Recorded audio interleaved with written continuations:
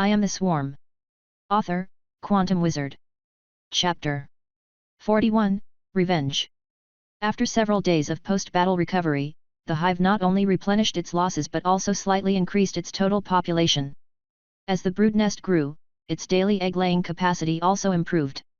Depending on the complexity of the insects being bred, it could now produce anywhere from a few to dozens of eggs daily without overburdening itself. Eggs that hatched into soldier ants were the least produced. Their complex genetics demanded significant resources, making them a costly but powerful asset. Even with the support of 4 ant nests, Luo Wen's hive could only sustain fewer than 100 soldier ants. On his own, such numbers would be entirely unfeasible.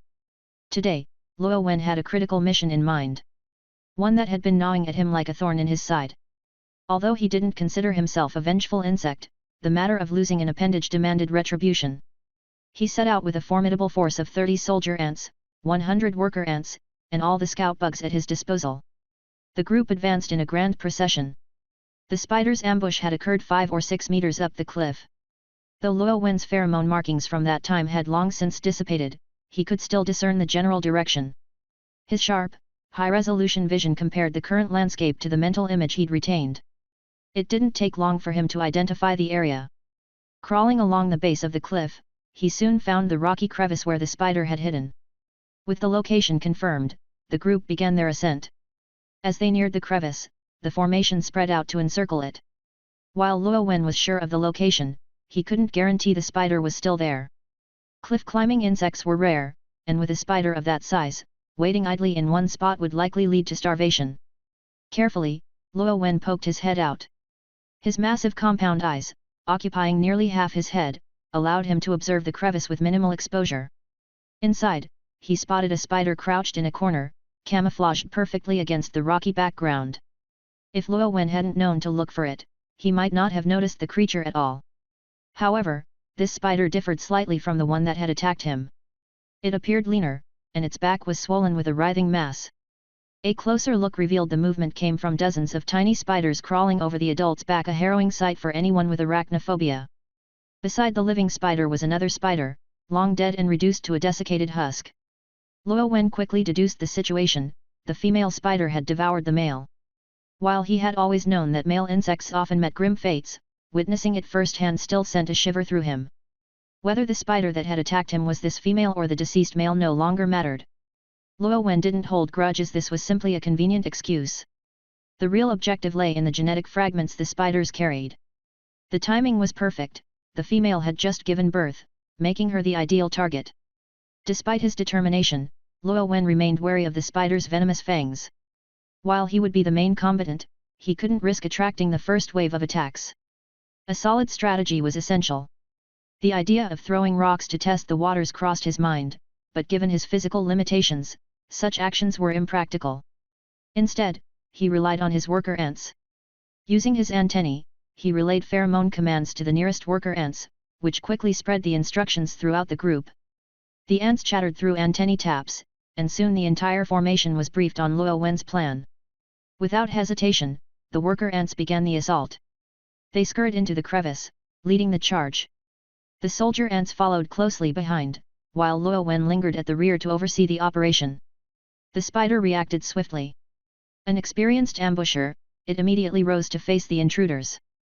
However, the sudden influx of prey left it momentarily indecisive. The worker ants moved quickly. Equipped with their spring-loaded launch systems, they reached the spider's legs in an instant, biting down with their mandibles. Unfortunately, the spider's legs were too thick, and their efforts failed to inflict damage.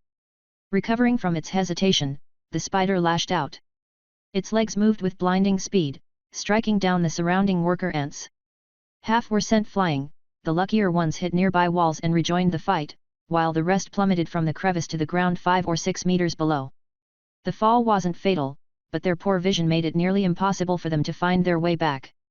Anticipating this, Luo Wen had stationed his scout bugs at the cliff's base.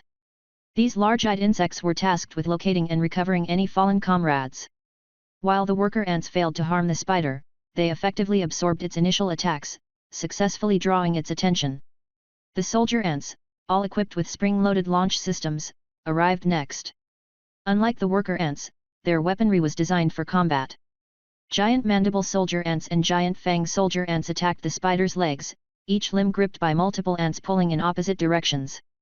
The spider was lifted slightly off the ground, its legs flailing in a desperate attempt to break free. However, the soldier ants' immense strength, combined with their unyielding grip, kept the spider immobilized. The hook soldier ants joined in, leaping onto the spider's back and startling the smaller spiders, which scattered in all directions. Using their hook-shaped mandibles, they latched onto the spider's head, their teeth piercing its eyes and driving deeper. The spider let out a sharp screech, retracting its front limbs to bite a giant mandible soldier ant clamped onto its leg. Unfazed by the attack, the soldier ant ignored the venomous fangs and continued its mission. Meanwhile, worker ants climbed onto the spider's legs, working their way to its back. The hook soldier ants withdrew their weapons, allowing the worker ants to gnaw at the exposed wounds. Unable to penetrate the spider's tough exoskeleton, the worker ants exploited the damaged areas, tearing at the vulnerable flesh. Gradually, they burrowed into the spider's body through its injuries. Despite its size and strength, the spider couldn't overcome the combined might of over 20 soldier ants. Its resistance waned as wounds accumulated and worker ants infiltrated its body. Finally, its struggles ceased, and its piercing cries fell silent. Chapter 42, The Spoils of Battle. Luo Wen prided himself on being the main force of this operation, but to his surprise, all he contributed was his brain power. There was no opportunity for him to take action himself. Over the past 2 months, his combat strength had improved significantly. The giant spiders that once towered over him several times were now only about twice his size. However, no matter how confident he was, Luo Wen didn't believe he could take on a spider in a one-on-one fight. Its venomous fangs were essentially a cheat weapon, highly lethal and incredibly dangerous. One misstep could easily result in his defeat or even death at the hands of the spider.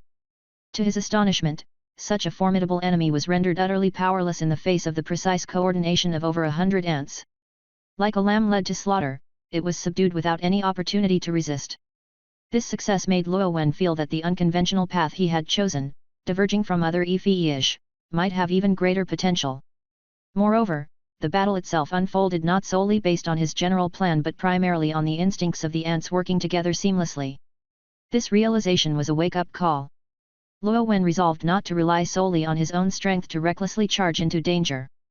He could easily end up capsized in a ditch just like this spider overwhelmed by smaller opponents through teamwork.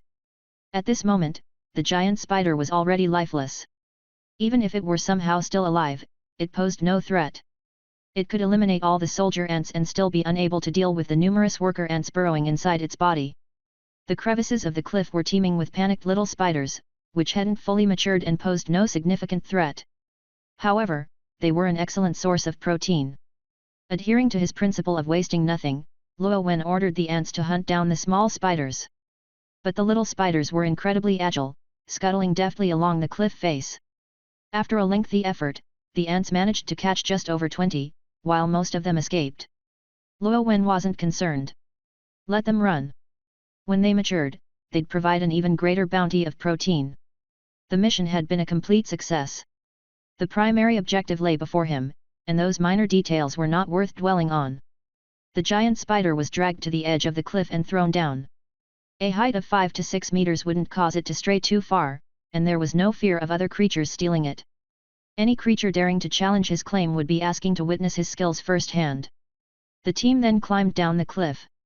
Luo Wen began dismembering the giant spider, personally hauling the largest chunk toward the direction of the brood nest. He also sent 2 worker ants ahead to summon reinforcements.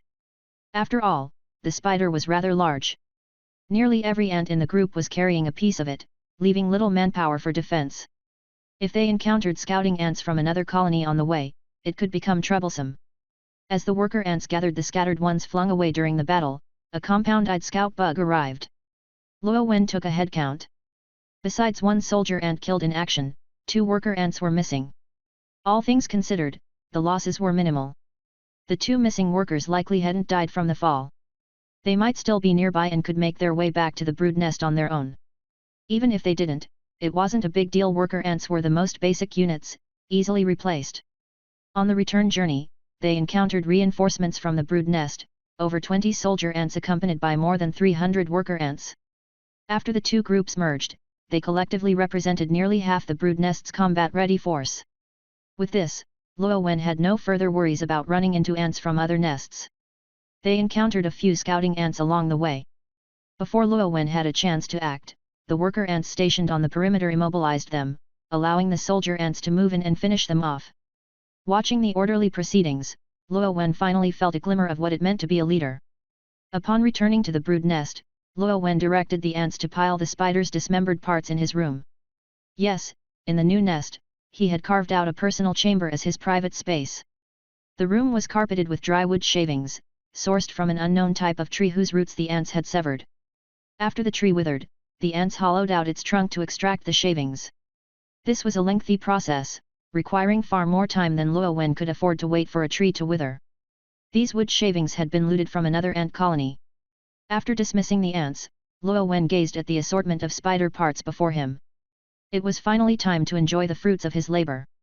Due to the spider being dismembered into small pieces and its tough, bristly exterior being difficult to eat, Luo Wen didn't consume the entire spider. He only chose the meatiest sections. Calling in a few worker ants to clean up the leftovers, Luo Wen then fell into a deep sleep. The spider's genetic material brought significant changes to Luo Wen. As he slept, his body began secreting a mucus-like substance that enveloped him. The mucus gradually hardened, transforming into a cocoon. When Luo Wen awoke to find himself inside the cocoon, he knew immediately that this evolution was significant. Strangely, though, he felt no extraordinary sensations during his sleep. It was just an ordinary nap. Breaking free from the cocoon, Luo Wen felt a tinge of regret that his room lacked a mirror, preventing him from immediately seeing his new form. However, his eyes afforded him an expansive field of vision. With only a few blind spots, he could see nearly all of his body. Twisting and bending his limbs to examine himself thoroughly, Luo Wen found himself puzzled.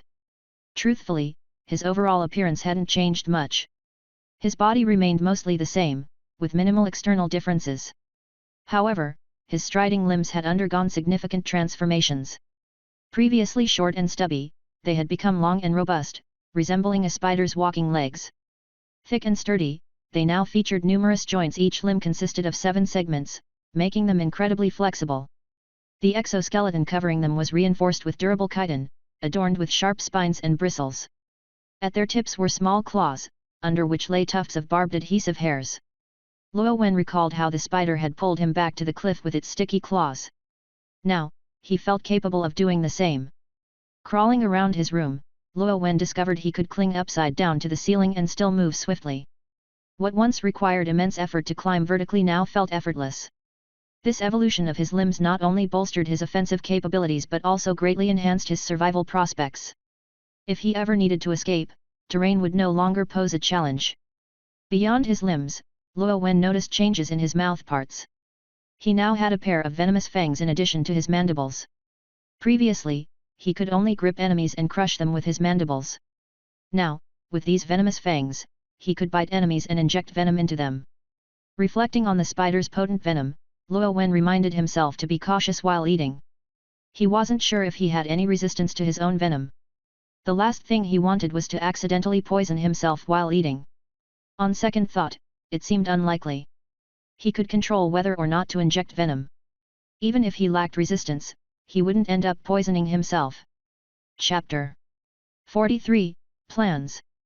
Beyond the physical changes he observed, Luo Wen felt that his internal structure had also undergone significant transformations, though he wasn't sure of the specifics. If Luo Wen had more entomological knowledge, he might have deduced, based on the spider's physiology, that his oxygen delivery system had been overhauled. However, he would soon be able to confirm these genetic modifications through the brood nest. The new oxygen system was capable of supporting growth to much larger sizes. Despite these upgrades, Luo Wen hadn't gained the ability to produce silk. This wasn't entirely surprising. The creature resembled a spider in appearance, but Luo Wen had named it based on his own understanding. Who knew what it actually was? Moreover, its hunting method involved using rocks for ambushes, rather than showcasing any web-weaving abilities. Lacking the ability to spin silk didn't bother Luo Wen. The enhancements to his 6 striding limbs and the addition of venomous fangs alone were a major boon. Everything else would have been icing on the cake, desirable but not necessary. With his revenge complete, Luo Wen temporarily abandoned his thirst for action, allowing the region to experience a period of peaceful development. With the support of 4 nearby ant colonies, the number of insects under his control grew daily. Over time, the supplies from these colonies could no longer keep up with the demands of the brood nest. Recently, scout bugs with compound eyes had discovered 3 new ant colonies. Plans were underway to dig new transport routes. Once completed, the combined supply from all 7 colonies would sustain the brood nest's development for a while longer. Hundreds of days and nights passed. Luo Wen had no idea how long a year was on this planet. The climate in his region showed little variation, every day seemed the same. Plants didn't follow any seasonal patterns of sprouting or shedding leaves, and there was no clear distinction between spring, summer, autumn, or winter. After all this time, the brood nest now connected to 35 ant colonies, supporting a vast swarm of over 10,000 worker ants and several hundred soldier ants. This number was deliberately kept by Luo Wen. Without such control, the population could have easily doubled. The primary constraint was the length of the transport routes. The farthest colony was nearly a kilometer from the brood nest. By the time the transport workers reached the storage chambers to steal food, they were often too exhausted to carry much back. After consuming a portion of the food on site, they transported the remainder back, consuming even more along the way. By the time they returned to the brood nest, little food was left. To quantify this, every morning, a transport worker ant consumed 1 unit of food before setting out. Upon reaching Colony 35's storage chamber, it ate another unit and carried back 2 units of food. After returning, it consumed half a unit of food before resting for the night. The next morning, it consumed another unit and repeated the cycle. From this, it became clear that transporting 2 units of food cost the worker ant 2.5 units a net loss. Moreover, each colony had a daily limit on how much food could be stolen without disrupting its operations. Exceeding this limit would gradually reduce the colony's food output. Sustainable development required restraint, avoiding the kill the goose that lays the golden eggs scenario. As a result, the brood nest had halted its expansion several weeks ago. Even the colonies numbered 30 and above were rarely visited by transport teams anymore, with only a few spy bugs loitering there for sustenance. Luo Wen had considered a diet of pure dirt for all but found it impractical. Tests revealed that the energy gained from eating dirt was too minimal to support daily activities. It was only viable for emergencies, where the swarm needed to remain inactive, minimizing survival costs. In simpler terms, eating dirt allowed them to survive while idle but couldn't sustain normal operations. Now, the brood nest's development had reached a bottleneck. To break through, Luo Wen devised 3 potential solutions. Plan 1. Improve transport efficiency. While ants were strong, capable of carrying food several times their weight, they lacked suitable transport tools to maximize their potential. Currently, they relied on their mandibles for transport. If the food remained intact, they could carry larger pieces.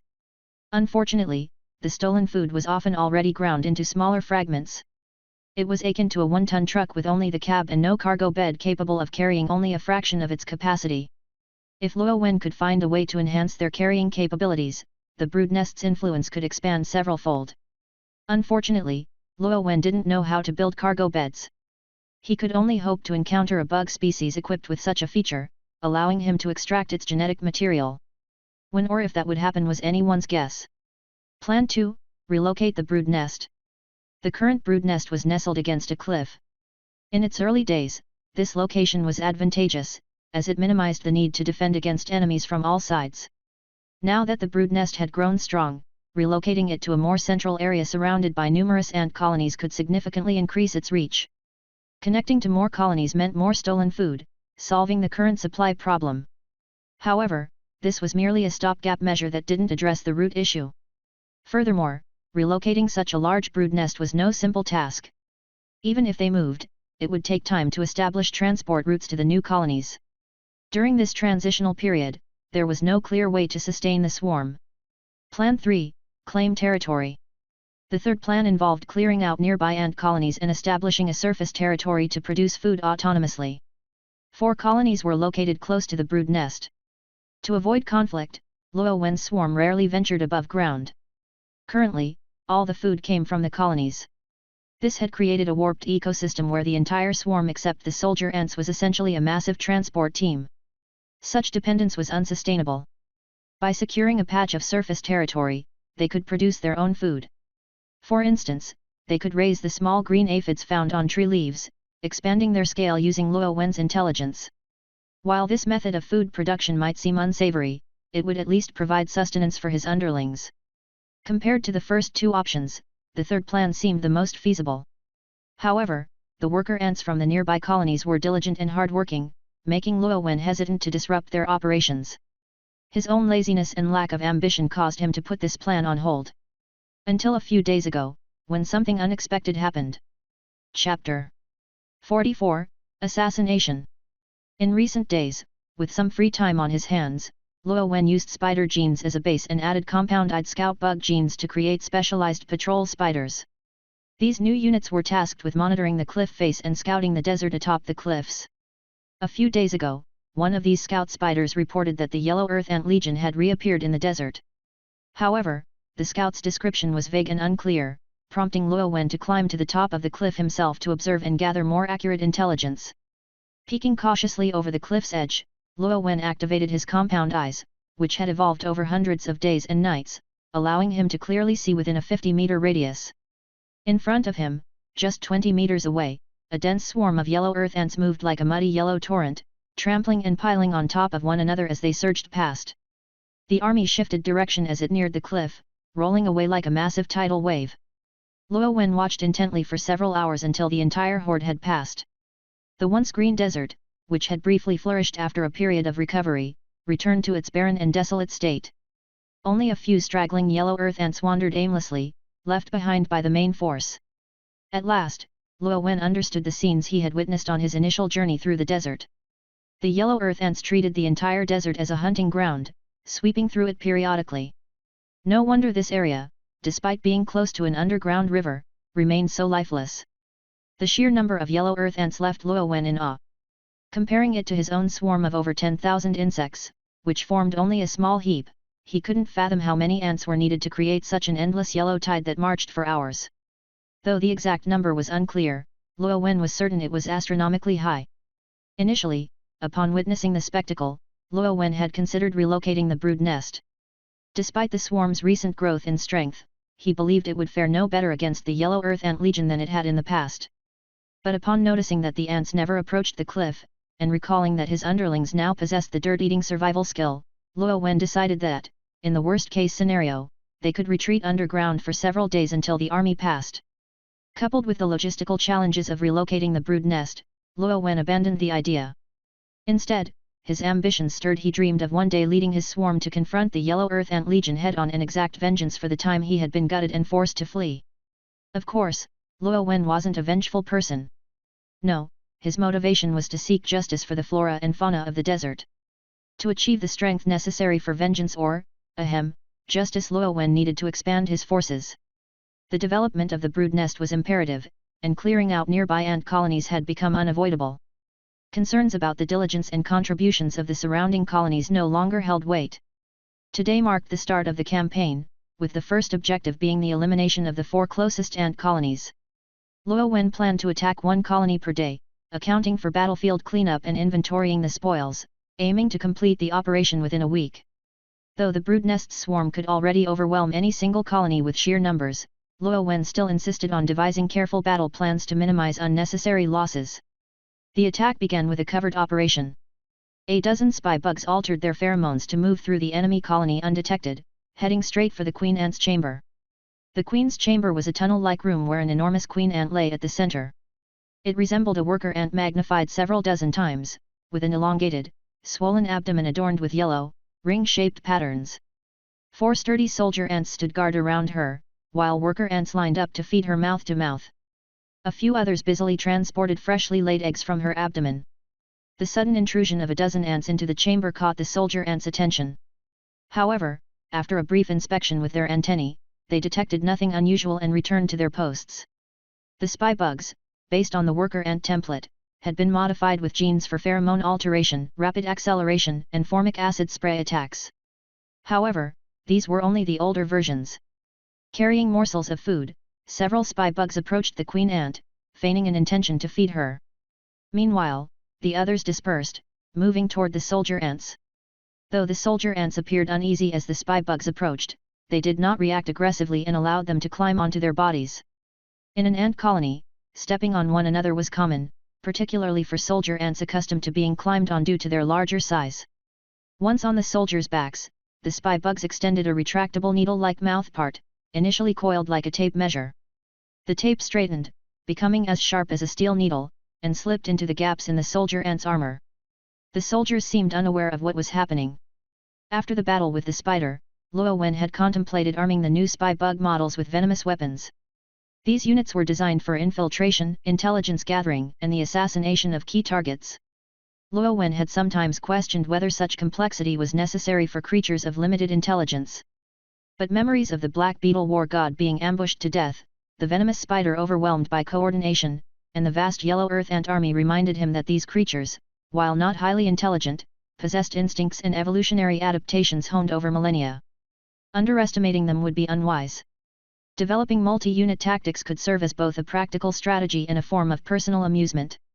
When it came to the venom, Luo Wen realized during development that spider venom required the use of fangs. Since worker ants lacked the space for an additional set of fangs on their small heads, attempting to add them would result in underdeveloped, ineffective weaponry. Moreover, worker ants were primarily suited for ranged support and auxiliary roles, making close combat enhancements unnecessary. Considering the high energy costs of producing venom-equipped eggs, Luo Wen deemed it an inefficient investment. This led him to recall the camouflage bug, a classic example of defeating the strong with the weak. Its needle-like mouthpart, while limited, was ideal for the spy bug's assassination role, delivering venom precisely to vulnerable spots. Thus, the scene of the spy bugs assassinating the soldier ants unfolded. Suddenly, the soldier ants began convulsing, their coordination failing. They stumbled, their bodies trembling in pain, unable to stand. The black beetle had died painlessly, succumbing silently due to the camouflage bug being of a similar size. In contrast, the size disparity between the spy bugs and the soldier ants was immense, with the former being several times smaller.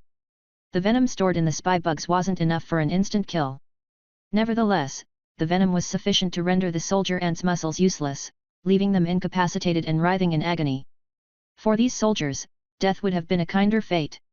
Chapter 45 The assault begins. When the queen ant detected the abnormality among the soldier ants, it became alert and released a pheromone signaling for protection. However, it was too late, the queen was already surrounded by numerous assassins. Almost at the exact moment the queen realized something was wrong, 7 worker ants disguised as feeders charged forward. 6 of them latched onto the queen's 6 striding limbs, pulling them backward. The remaining one climbed onto the queen's back and ejected a retractable proboscis like a tape measure. Despite its desperate struggles, the queen, used to being fed and clearly lacking physical exercise, was unable to overcome the 6 spy bugs holding it down. Its large body was firmly restrained. The nearby worker ants of the hive were momentarily stunned. These attackers bore legitimate identifiers, making it difficult for the hive ants to comprehend why their supposed companions would attack their queen. By the time they decided to help, it was too late. The 2 quickest responders were intercepted by spy bugs that had not yet joined the main attack. The proboscis extended like a steel needle and pierced the queen's armor at its joints. Within moments, the queen, like the soldier ants earlier, curled into itself, writhing in pain. In this primitive hive lacking effective medical treatment, the queen's muscles began dissolving internally. Its fate was sealed. The spy bugs didn't wait for the queen's death. The queen could still struggle for a long time, but their mission was complete, and they needed to retreat before the hive could fully react. First, however, they had to deal with the few hive worker ants obstructing their path. Several spy bugs advanced to entangle the worker ants, while others raised their abdomens, aiming their stingers. With precision, acid sprays hit the hive worker ants directly. The already outnumbered worker ants were further debilitated by this long-range bombardment. Their antennae and armor began to dissolve. Without antennae, the worker ants became like blind and deaf soldiers, losing most of their combat capabilities. After a brief resistance, they were subdued by the spy bugs. Taking advantage of the hive's disorganized state, the spy bugs withdrew to the hatchery, opened the smuggling tunnel, and scattered misleading pheromones. Unaware of the true situation, the hive worker ants and soldier ants, driven by instinct, followed the unfamiliar pheromones. To them, this was a critical part of the hive, and any anomaly needed immediate attention. Unfortunately, the moment they entered the smuggling tunnel, they were ambushed by the brood nest troops waiting in the shadows. A worker ant cautiously poked its head out of the tunnel's exit, its antennae probing for danger, only to have its head pierced by the powerful mandibles of a giant mandible soldier ant, which dragged it out of the tunnel. The giant mandible soldier ant turned, and 2 worker bugs stepped forward to grab the lifeless body hanging from its jaws, tearing it free and passing it to the rear to avoid clogging the tunnel. The subsequent ants passing through the tunnel were treated similarly. The dead bodies were handed down the line like a grim relay until a worker bug at the back dragged them toward the brood nest. The giant mandible soldier ant cleared the area of obstacles and resumed guarding the tunnel. Another oblivious victim poked its head out of the tunnel. One after another, the hive ants were slaughtered and their bodies transported to the rear.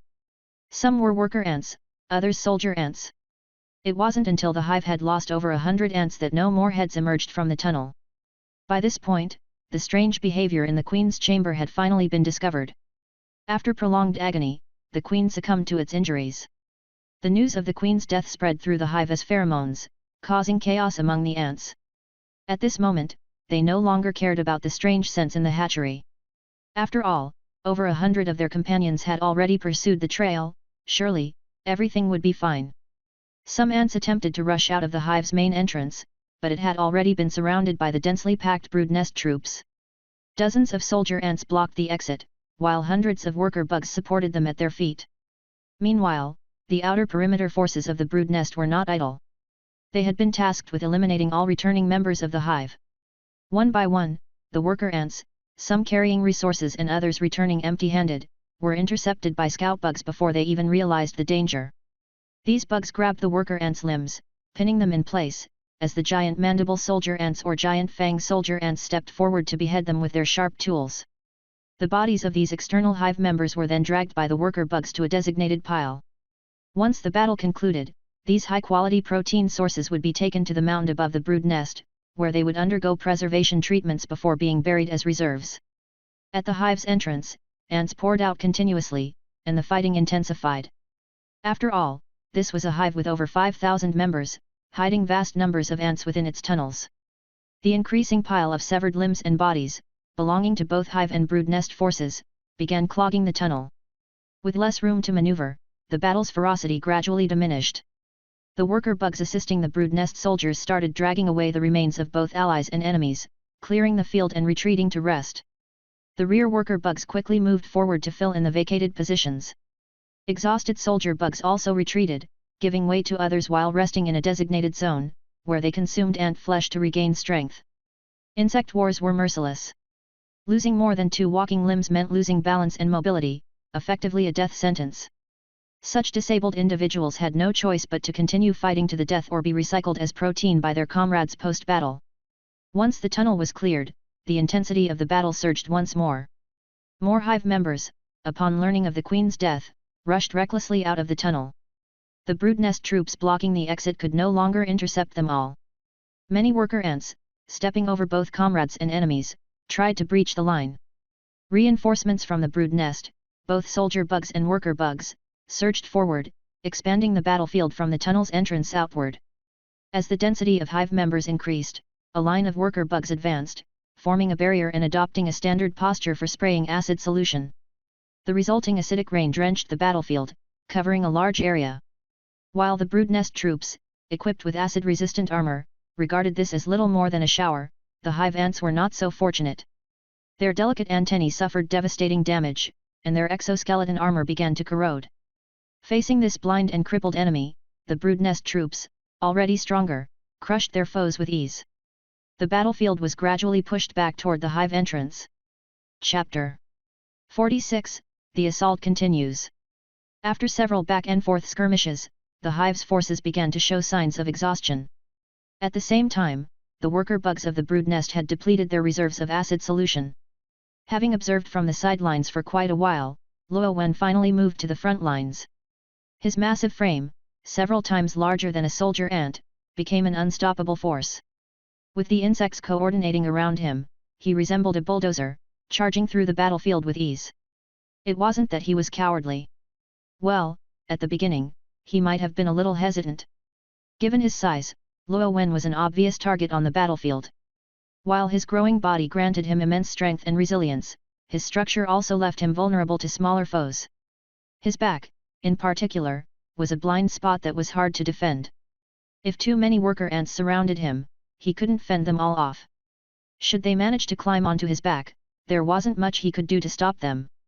Although his entire body was encased in tough chitinous armor that the smaller combatants couldn't penetrate, his bulbous, unprotected compound eyes were a glaring weakness. It wouldn't take much for a worker ant's bite to cause irreparable damage. When the brood nest's task force had besieged the cliff spider earlier, these very worker ants had crawled through its wounds and burrowed into its body. Since hive worker ants shared the same basic template as their brood nest counterparts, they likely possessed the same tactics. Luo Wen had no intention of experiencing the fate of that spider. Moreover, his side held the upper hand, so there was no need for him, as commander, to charge recklessly into battle. Thus, during the intense early skirmishes, Luo Wen watched from a distance, occasionally intercepting a stray scout ant returning to the hive.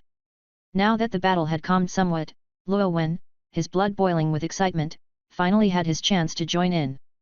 Several worker bugs climbed onto his dorsal armor to guard his back, ensuring no worker ants could ambush him. At his feet, dozens of worker bugs followed closely, protecting his striding limbs and intercepting enemies from the flanks. Behind him trailed a few soldier bugs guarding his rear. This setup allowed Luo Wen to focus solely on the enemies ahead.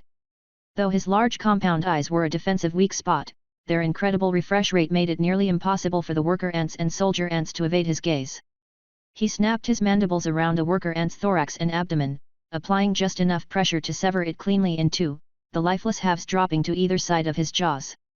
Luo Wen extended a striding limb, its clawed tip lashing out like lightning to hook another worker ant. Tiny adhesive hairs on the claw's pads clung to its prey as he pulled it back. His mandibles opened and shut, decapitating the ant in an instant. With a flick of his striding limb, he discarded the remains. Against opponents so far below his level, each one was dispatched effortlessly. Luo Wen couldn't help but wonder if his unique Luo-style insect combat techniques might become rusty from lack of proper use. Fortunately, a soldier ant from the hive soon appeared, charging directly toward him. Its size made it a passable opponent to test his skills. Grinning internally, Luo Wen assumed the opening stance of his combat style and advanced to meet the enemy. As the battle wore on, reinforcements from the hive ceased emerging from the tunnel. The remaining hive forces on the surface, now without fresh troops, were quickly isolated and eliminated. Luo Wen swung his antennae side to side, releasing new pheromone instructions. The worker bugs guarding his striding limbs dispersed. Moments later, a strike team of over a dozen soldier bugs charged into the hive's tunnel, followed by 100 worker bugs providing support. Simultaneously, several reserve units underground received Luo Wen's updated orders via messenger bugs. Inside the hive, numerous tunnels were breached by burrower ants, their figures quickly widening the openings. Following them, large groups of worker bugs surged in, led by soldier bugs. Within moments, brood nest units attacked the hive from multiple directions. The hive's fighting forces had long been exhausted. The few stragglers left offered no meaningful resistance. Without their queen ant, there was no centralized command, leaving them to fight as individuals. Before long, multiple brood nest squads converged in the hive's hatchery. Under Luo Wen's command, some soldier bugs and their worker bug escorts fanned out to search the tunnels for any survivors. Meanwhile, the majority of worker bugs swarmed into the hatchery to claim the spoils. The finely ground food scraps were highly nutritious and easy to consume top-tier provisions. Additionally, the hive's eggs, pupae, and larvae were excellent sources of protein, perfect for harvesting and repurposing. By midnight, the worker bugs' transport teams were still shuttling back and forth through the underground passages. Their two-way lines stretched into orderly formations, operating with impressive efficiency. Luo Wen, as the supreme commander of this operation, considered his work done and retired to his quarters for the night. Post-battle statistics showed that over 5,000 members of the hive had been virtually annihilated. A few scout ants scattered far afield had avoided capture, but their numbers were negligible. Thanks to excellent tactical execution, the brood nest lost only a few hundred worker bugs and just over 20 soldier bugs. Luo Wen couldn't be bothered with exact figures. First, in this vast brood nest, he was the only one who could count. As its highest-ranking officer, he needed only an approximate idea. Second, the corpses of their fallen, be they enemy or ally, were piled together in a jumble of severed limbs, making it nearly impossible to determine precise numbers. The next morning, Luo Wen observed the still bustling brood nest and made adjustments to his original plans. The goal of taking down one hive per day was temporarily postponed. Luo Wen had underestimated the logistical challenges of post-battle operations. For one, the worker bug's acid solution reserves would require several days to replenish. Acid solution, with its ability to blind and burn enemies, was a critical auxiliary weapon in war. However, once depleted, it took considerable time to regenerate. The massive gains from annihilating this hive would also require the brood nest to process its spoils over time. Being near a lakeside meant high humidity, which made food difficult to preserve. If 4 hives were conquered in rapid succession, the resulting surplus would likely spoil before it could be consumed. The insects of the brood nest were creations of the brood nest mother, who shared an intimate, undisclosed relationship with Luo Wen. Given how the insects treated Luo Wen's pheromone commands as divine orders, their bond was clearly profound. Thus, no insect dared oppose Luo Wen's decisions. For now, the brood nest troops halted their assaults on the remaining hives, shifting into a brief period of recovery and reorganization. Chapter 47, Aphids. The brood nest, having recently received a large infusion of high-quality protein, was operating at full capacity. Every day, it worked diligently, ensuring productivity without compromising itself. The eggs it produced were primarily worker ant eggs, with only a few allotted to replenish the ranks of the fallen soldier ants. This war, which had mobilized over 10,000 combatants on both sides, provided Luo Wen with clarity on the optimal composition of the brood nest's forces moving forward. Under his command, which far surpassed the strategic capability of any ant, most of the battles were confined to narrow spaces, such as underground tunnels or hive entrances. This restriction meant that, at any given time, only a limited number of troops from both sides engaged directly. Apart from the larger number of soldier ants required to maintain the siege at the hive entrances, few were needed elsewhere. Soldier ants, useful only in combat, were essentially food-consuming machines. Overproduction during wartime risked a surplus after the conflict ended. To prevent unnecessary food loss, any excess soldiers would have to be recycled into protein stores. Given that a few hundred soldier ants sufficed for current needs, Luo Wen refrained from hatching more. In contrast, worker ants proved far more versatile and indispensable. First, during battles, they acted as auxiliaries, shielding soldier ants' limbs and backs. In direct combat, they could bite and pin down enemies, holding them in place for soldier ants to finish off. Against large enemy forces, they could spray acid to blind and incapacitate the opposition. Post-battle, they transformed into transport teams, cleaning the battlefield and collecting spoils. In peacetime, they tended larvae, maintained cleanliness within the brood nest, and managed emerging industries such as green insect ranching, which involved rearing aphids and collecting their secretions. For the brood nest, more worker ants equaled greater efficiency. Months passed. A silver torrent cascaded down a cliff, creating a majestic waterfall that churned into a misty spray, glinting like diamonds in the sunlight. At the base of the waterfall lay a shimmering lake. Gentle ripples spread across its surface under the caress of the breeze. Viewed from above, the once perfectly round lake had a small flaw, a cracked edge forming a winding stream that meandered into the distance. The lake shore and stream banks were lush with greenery, vibrant and thriving. Several hundred meters from the lake stood a towering tree, its height reaching tens of meters. Its massive canopy cast a wide shadow over the land below. Clinging to the deep brown trunk was a black beetle, as large as a dinner plate. It stuck to the tree like an unsightly patch, disrupting the natural harmony of the scene. This was Luo Wen, surveying his domain. Over the past few months, the brood nest had conquered 7 hives in succession, expanding its territory to over 300 meters in radius. Though modest in human terms, for ants most no larger than a fingernail, it was a vast realm. Previously, this territory supported 7 hives, each housing over 5,000 ants. Now, under the brood nest's control and supplemented by resources from over 20 neighboring hives, the population had more than doubled, surging past 20,000 individuals.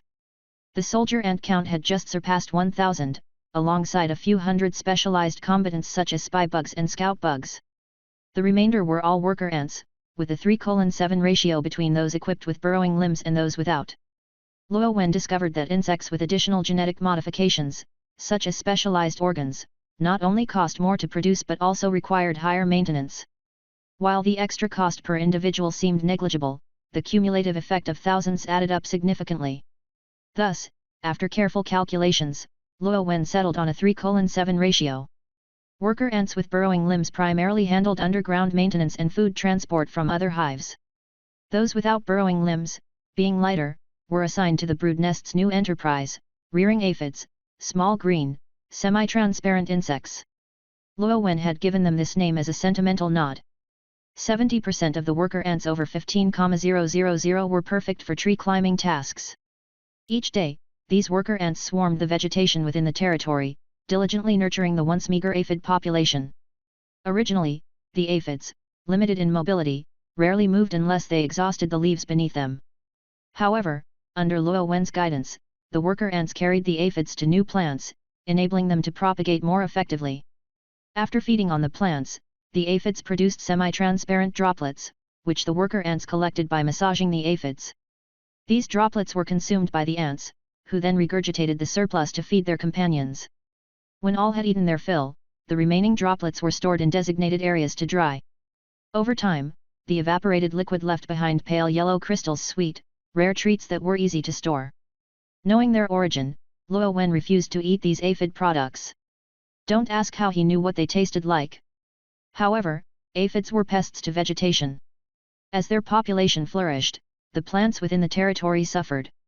Leaves were stripped bare, depriving the plants of the photosynthesis they needed to survive. Recognizing the issue, Luo Wen realized that his earlier practices resembled overfishing, threatening to deplete his resources entirely. Drawing on his human experience, Luo Wen devised an ingenious plan. He noticed that ants also excreted waste, which worker ants collected daily and deposited at specific sites. Plants near these sites thrived, their growth enhanced by what Luo Wen deduced was fertilization with organic waste. Unfortunately, ant waste was too sparse to fertilize the vast number of plants in his domain. Even the daily output of tens of thousands of ants was insufficient.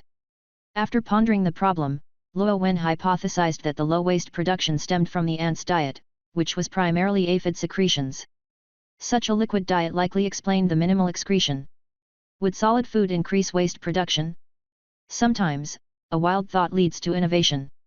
Recalling his only personal experience with solid food digestion since becoming an insect, Luo Wen had a sudden realization: the battlefield was full of solid food, ready to be processed. Chapter 48 Fertilization. Currently, every insect in the brood nest possessed genes allowing them to consume soil. With this talent, the entire ground became a buffet of solid food. If solid intake was needed, they could eat as much as desired. Luo Wen's idea was swiftly implemented. He began by selecting 500 worker ants for an experiment, instructing them to consume soil daily and deposit the resulting biofertilizer near designated plants. The results were remarkable. The same number of worker ants consuming soil produced several times more biofertilizer compared to their previous diet. During this period, Luo Wen also ordered the ants to stop assisting the aphids in migrating. Whether aiding plant growth would succeed still required further trials and time. Thus, Luo Wen decided to pursue both paths simultaneously, researching biofertilizer while curbing the aphid population. The biofertilizer experiment was a resounding success. Perhaps aligning with natural laws, the fertilizer produced from soil consumption was significantly more effective than that derived from aphid secretions. Initially, only 500 ants were assigned to consume soil daily, but this mandate soon expanded to include every insect in the brood nest except for Luo Wen himself and the spy bugs lazing in the hatchery. With over 20,000 insects producing biofertilizer daily, the output was substantial. Luo Wen hatched additional worker ants specifically tasked with distributing the fertilizer across the vegetation within the territory. Even with the plants being fertilized, the restriction on aphid numbers remained in place. The current aphid population already supplied the brood nest's needs with surplus left over, so there was no need to increase their numbers. With the vegetation crisis resolved, life returned to a steady rhythm. The absence of independent thought among the insects proved advantageous. They worked tirelessly, day after day, without a hint of complaint. Luo Wen had taken to climbing the tallest tree in his domain daily, perching on its trunk to observe the orderly busyness of the insects below. He disliked the damp, confined underground environment where he had once been forced to hide for survival. Now, as a burgeoning overlord of the area, Luo Wen felt no need to remain constantly cooped up. Suddenly, a commotion on a nearby tree trunk caught his attention. A group of worker ants, seemingly discovering something unusual during their activities, moved closer to investigate. As the dominant force in the area, the worker ants naturally took the lead in checking out anomalies. Whatever they found prompted the ants to release pheromones signaling for reinforcements. Passing worker ants stopped in their tracks upon receiving the signal. The number of ants swelled, encircling the spot as if preparing for a battle. What puzzled Luo Wen was that the vegetation in question wasn't far from him. From his vantage point, he could clearly see the worker ants, but there didn't seem to be anything of note within their encirclement. To Luo Wen, it appeared to be nothing more than an ordinary piece of bark. In the monotony of daily life, any novelty was a welcome distraction, and Luo Wen's curiosity was immediately piqued. He launched himself from the tree in a leap of faith, landing belly up in the grass below. However, his 7-segmented, highly agile striding limbs quickly flipped him upright with ease. He made his way toward the commotion. As he approached the worker ant's circle, Luo Wen began to notice subtle differences. The piece of bark, while seemingly identical to the surrounding wood, revealed faint insect-like contours under his high-resolution vision. Could it be a camouflage bug? Luo Wen wondered, his interest waning slightly. Both camouflage bugs and black beetles were common in this region beneath the cliffside forest and the desert shrublands beyond. These insects had flourished here, unrestrained by the restrictions placed on yellow earth ants, and existed in significant numbers. Despite their proliferation, camouflage bugs were weak combatants. Their ambush skills might be top tier, but their direct combat capabilities were pitifully low. Their camouflage, while impressive, was useless against worker ants, who identified threats through pheromones rather than sight. Once discovered, a few worker ants could easily eliminate them. As for black beetles, they were doomed if they didn't flee when discovered. If the worker ants called for reinforcements, they would inevitably be reduced to protein reserves. Although worker ants lacked individual combat strength, their swarm tactics made them the dominant force in the region. They even managed to catch grasshoppers, which had once been a bane for Luo Wen, in significant numbers daily. Luo Wen, having tasted grasshoppers before, had been unimpressed. The only redeeming quality of grasshoppers was their strong hind legs, whose genes marginally enhanced his own limb muscles not enough to replicate their leaps. Lost in his musings, Luo Wen suddenly noticed something unusual about this particular camouflage bug. The bark-like pattern wasn't an external covering but part of its natural coloration, seamlessly blending into its environment. This was a species Luo Wen had never encountered before. His curiosity reignited. A new species meant new genetic fragments to collect. Whether they proved useful was secondary, they were worth acquiring. Quickening his pace, Luo Wen reached the circle of ants. His antennae twitched, signaling the worker ants to part and allow him through. The new insect was smaller and slimmer than a typical camouflage bug, with notably sturdy shoulder and dorsal plates. Its coloration matched its surroundings perfectly, with patterns on its back blending flawlessly with the tree bark. The insect remained motionless, seemingly indifferent to Luo Wen's approach. Cautiously, Luo Wen extended a burrowing limb to prod the insect. The sheer size difference was staggering, his burrowing limb alone was nearly as large as the creature itself. The insect reacted to the touch as if it truly were a piece of bark, showing no response. Luo Wen applied more pressure, nudging the insect. Though it swayed slightly under the force, it stubbornly clung to the tree bark with its claws. Luo Wen almost laughed. Did this insect really believe that staying still would fool him? Feeling his intelligence insulted, Luo Wen swung his burrowing limb in a low-style combat technique opener, striking the insect directly. Despite its slender build, the insect was surprisingly resilient. It withstood the blow with minimal damage. Realizing its camouflage had failed, the insect abandoned its disguise. Releasing its grip on the bark, it pushed off with its short legs and dropped toward the ground. Something extraordinary happened. Upon landing, the insect's coloration shifted rapidly, blending seamlessly with the surrounding grass and leaves.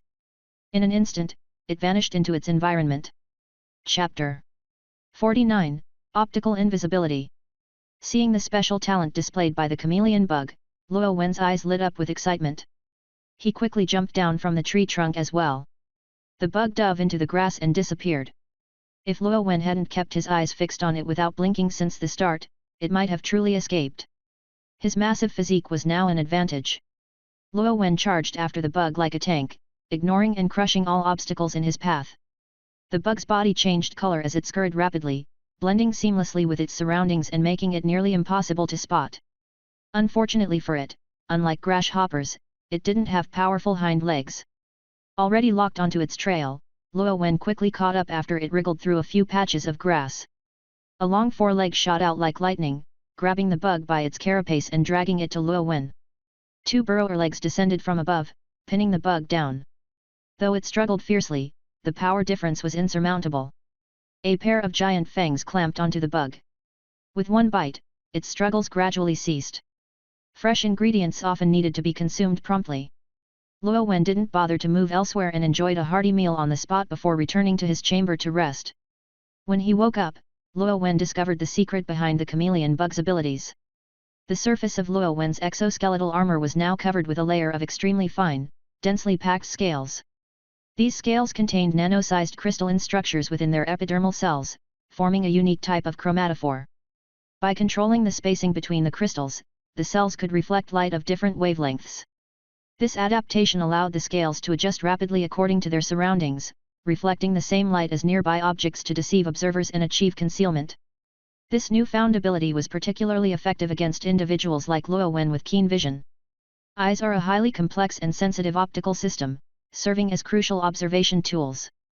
They work by detecting light, projecting it onto light-sensitive retinas to form images, which are then converted into signals and transmitted to the brain. Light consists of numerous colors. The number of colors a creature can perceive depends on the types of photoreceptors in its eyes.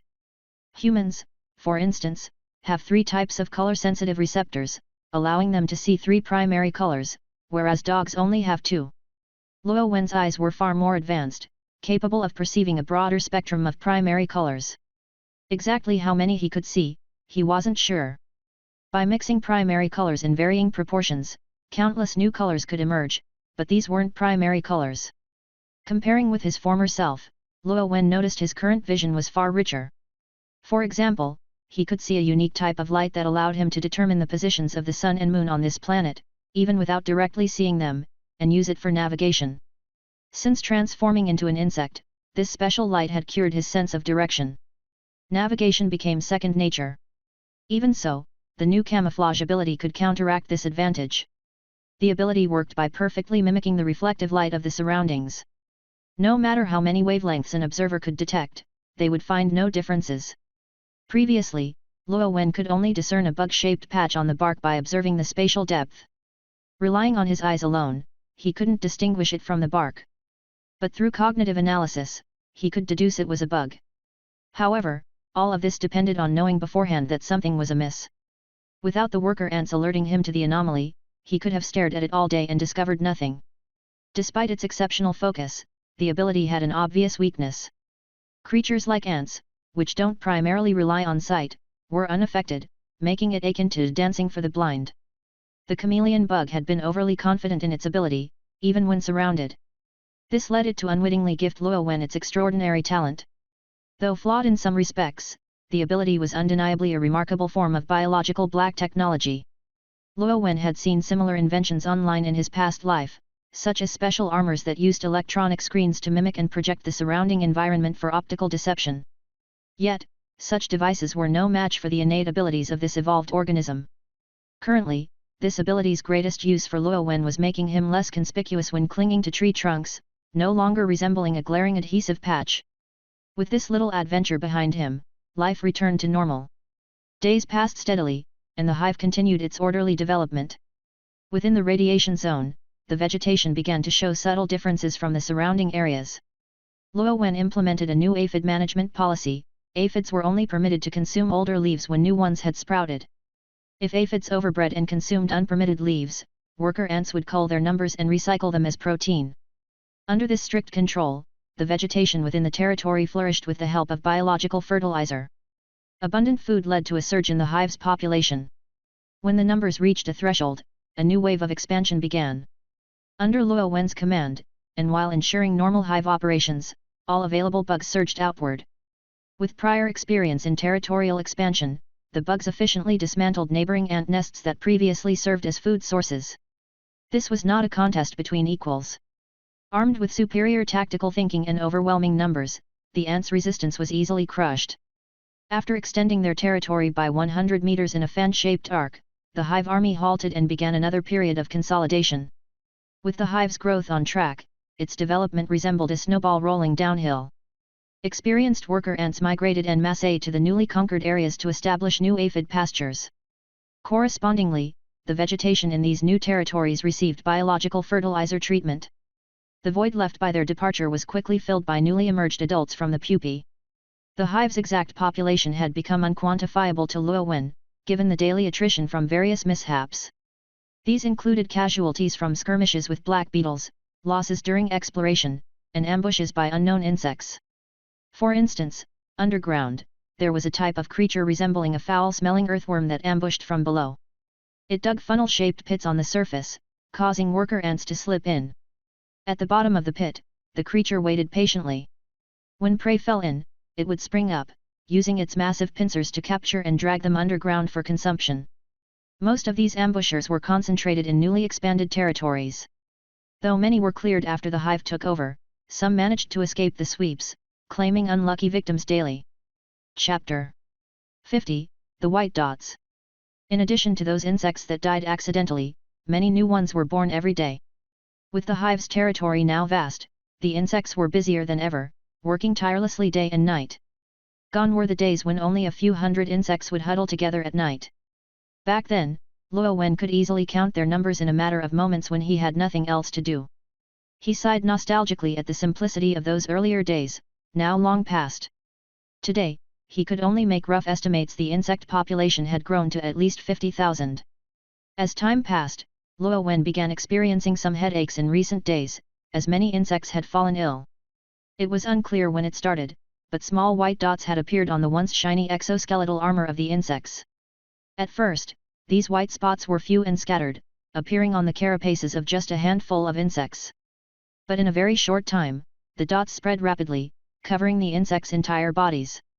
Before long, those afflicted with the white dots inexplicably perished. The worker ants followed protocol, recycling the dead into protein, but in doing so, they inadvertently spread the white dots to others. The white dots behaved like a plague, rapidly infecting more insects. By the time Luo Wen noticed and focused on the issue, hundreds of insects had already died from the affliction. Luo Wen felt a pang of guilt. It was a clear lapse in his management. Recently, he had been preoccupied with perching on tree trunks and enjoying the scenery. Furthermore, as his size increased, he had stopped living among the other insects. To accommodate his growing size, creating a tunnel large enough for him to access the underground would require substantial excavation, introducing potential risks to the hive, such as flooding during rain. The hive entrance was built atop a raised mound, which the worker ants had modified over time to resemble a miniature volcanic crater. This design allowed them to seal the entrance quickly during rainfall, preventing water from entering the nest or pooling around the entrance. If a larger tunnel were constructed for Luo Wen, sealing it during heavy rain would be nearly impossible for the worker ants, potentially endangering the entire hive.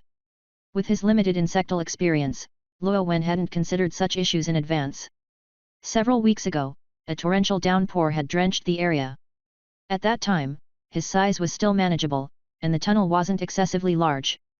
Even so, rainwater still flooded the hive, drowning a significant number of worker ants. Since then, Luo Wen had dug out a separate chamber near the hive for his own use, choosing to live alone. This isolation was the primary reason he failed to notice the white dot outbreak sooner. After identifying the problem, Luo Wen carefully observed an infected worker ant. To his surprise, the white dots weren't a disease but rather tiny insects. These minuscule parasites clung tightly to their hosts, using their mouth parts to pierce the exoskeleton and feed on bodily fluids. They reproduced rapidly, and once their numbers reached a critical mass, they could kill the host. Though Luo Wen identified the cause of the outbreak, he had no effective solution. The insects' combat abilities were designed for larger-scale threats, rendering them useless against the microscopic white parasites. While the adhesive hairs on Luo Wen's legs could pick off these pests, treating thousands of infected insects by himself was an insurmountable task. Hatching new insects equipped with adhesive hairs? The time required for eggs to develop into mature insects was far too long. By then, the infected population would likely be wiped out. Directly producing adult insects from the brood nest? The process was inefficient, yielding too few to make a significant impact. Luo Wen had no choice but to isolate the infected insects and think of a plan. Just as he was about to hit a mental wall, a breakthrough occurred. He recalled the worker ant's formic acid, which was highly effective against enemies lacking acid-resistant genes. He decided to test it. The results were astonishing. The white parasites had no resistance to formic acid and were easily exterminated. A single acid rain session later, the hive was free of infections, and the insects returned to health. However, the root of the issue remained unresolved. Where had the parasites come from? Luo Wen, living in a monotonous world, found himself ruminating on the problem. Eventually, he formed a hypothesis. He had already dismantled over 20 ant nests but had never seen these parasites on ants. Likewise, the hive had been free of them until recently. This suggested that a recent change in the hive's environment triggered the outbreak. Luo Wen recalled the wood chips used by ants to keep their nests dry. These chips were made by gnawing on plant roots to create dried wood, which the ants extracted. Previously, the hive had similar wood chips. But since Luo Wen moved out, moisture control in the hive had been neglected. This was the only notable change in recent times. Whether this was the true cause required further observation. Luo Wen quickly issued new orders. The worker ants thoroughly cleansed the hive with formic acid and collected fresh, dry wood chips from nearby dried wood sources. Once arranged, the hive returned to its former dry and comfortable state.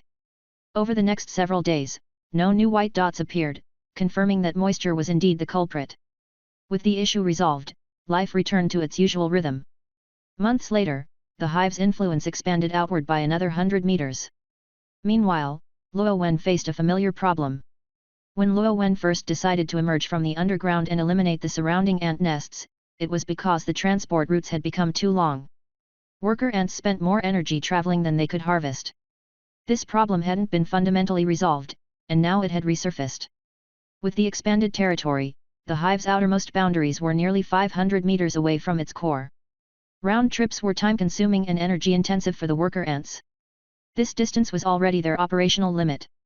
If the hive were to expand further, the issue would need to be addressed. Thus, the old plan to relocate the hive was revisited. This time, however, circumstances were different. The hive was now the dominant force in the area, able to migrate across the surface without risk. After careful consideration, Luo Wen selected a new hive location 50 meters from the current boundary. This site offered a safe buffer and room for future expansions. Even so, the relocation only provided a temporary fix. Once the hive expanded another 400–500 meters, the same problem would arise again. By then, relocating the hive alone wouldn't suffice. Luo Wen needed to devise a lasting solution during this period to resolve the issue once and for all.